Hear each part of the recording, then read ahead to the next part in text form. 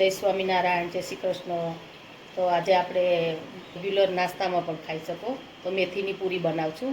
એના માટે મેં લીધું છે ઘઉંનો લોટ લીધો છે, એક બાઉલ બાજરીનો લોટ છે, ચણાનો લોટ છે, મેથીની ભાજીના પાન છે, ધોઈ અને તૈયાર રાખ્યા છે, બોરું ખાંડ છે, મરચું પાવડર છે, હળદર છે, ધાણા જીરું છે, મીઠું છે, હિંગ છે, તલ છે, જીરું છે, અજમો છે અને તેલ છે। આપણે 1-2 ચમચી તેલ લઈશું।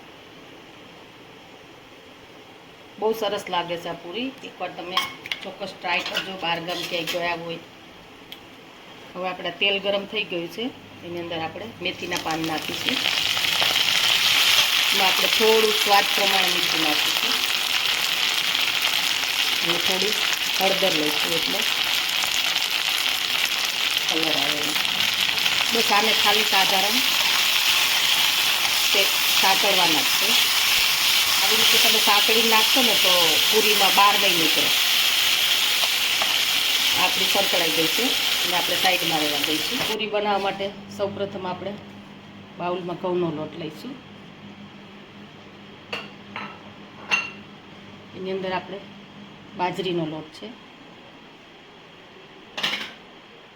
અને ચણાનો લોટ લઈશું। હવે આપણે લોટ મિક્સ થઈ ગયો છે, એની અંદર આપણે સ્વાદ અનુસાર મીઠું લઈશું,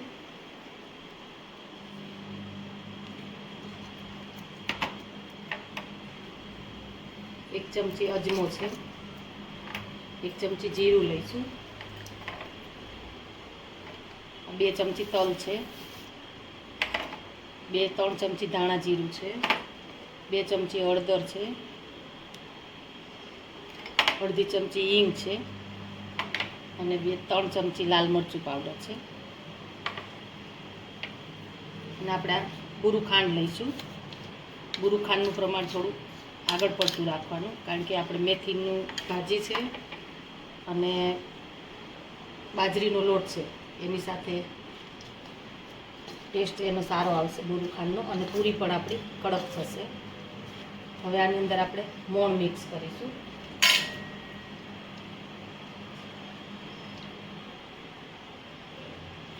અને આપણે જે ભાજી તૈયાર કરી હતી એ ભાજી પણ લઈ લઈશું સાથે।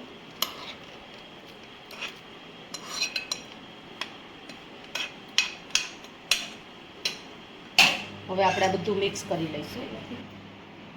હવે આપણા મસાલા બધા મિક્સ થઈ ગયા છે અને તમારે ના લેવું હોય તો તમે ના લઈ શકો, પણ હું એની અંદર થોડું દહીં ઉમેરું છું એટલે પૂરીનો ટેસ્ટ સરસ આવશે।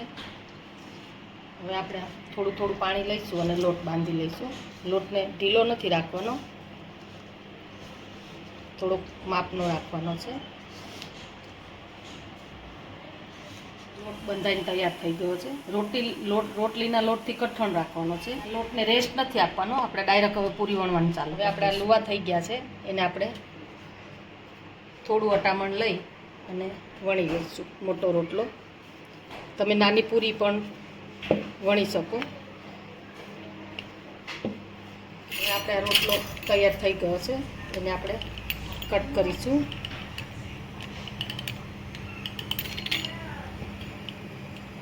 હવે આપણે પૂરી વણાઈને તૈયાર થઈ ગઈ છે, એને આપણે ફ્રાય કરી લઈશું। ગરમ થઈ ગયું છે, એમાં આપણે પૂરીને તળી લઈશું।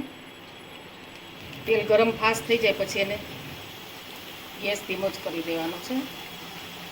હવે આપણા ગુલાબી કલરની થઈ ગઈ છે પૂરી આપણી, એને આપણે પ્લેટમાં લઈ લઈશું। તૈયાર છે આપણી પૂરી, એને આપણે સર્વ કરીશું। જો તમે જોઈ શકો છો કે કેટલી ક્રિસ્પી બની છે આપણી પૂરી। મેં કાકડીના રાયતા સાથે સર્વ કર્યું છે, તો કાકડીનું રાયતું આપણે આગળ વિડીયોમાં બતાવેલું છે અને આ સાતમની ઠંડી વસ્તુમાં તમે બંને ખાઈ શકો। તો તૈયાર છે મેથીની પૂરી અને કાકડીનું રાયતું। તમને અમારો વિડીયો ગમે તો લાઈક, શેર અને સબસ્ક્રાઈબ કરવાનું ભૂલતા નહીં।